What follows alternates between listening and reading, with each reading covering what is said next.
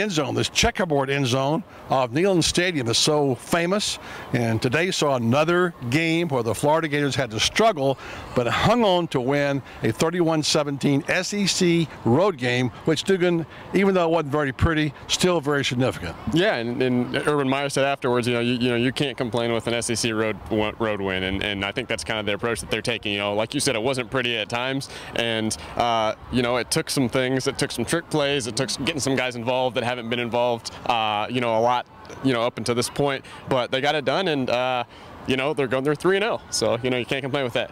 Yeah, and as you said, they had to have a couple interceptions, a fumble recovery.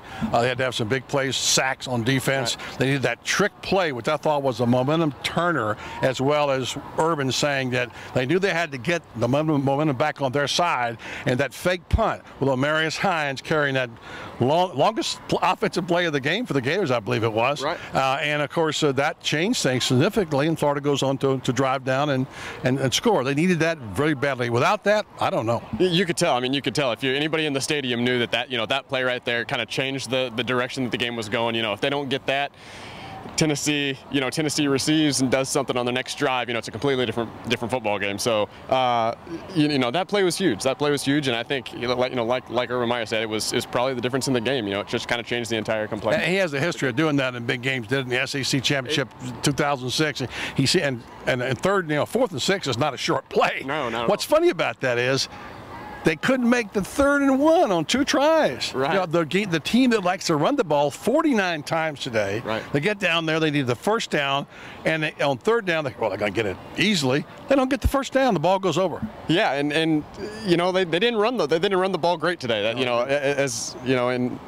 in all, Dimps, carried the ball a lot, carried the ball quite a few times, and Gillisley looked good at times, scored a couple of touchdowns. But at the same time, their run game wasn't great today, and I think the fact that they were able to involve some different guys like Omarius Hines, like Frankie Hammond Jr., helped out a great deal today. Mm-hmm. Yeah, and very uncharacteristic of a Chuck Heater secondary and Terrell Austin this year to get burned twice, once for 50 yards and again for 35. I just don't remember them ever getting toasted like that. But Urban's saying both of them were busted coverage plays where people weren't in the right position, and so it does happen, even with veteran players, by the way, not just the youngsters.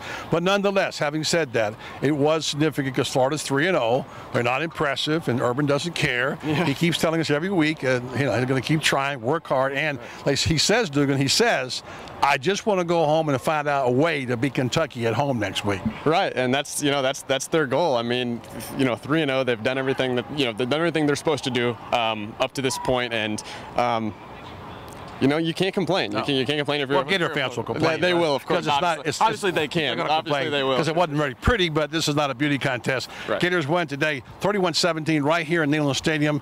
Rocky Top was there. So once again, Urban Meyer, 6th straight, as the Gators have a big SEC road win, and now on to Kentucky next. Yeah.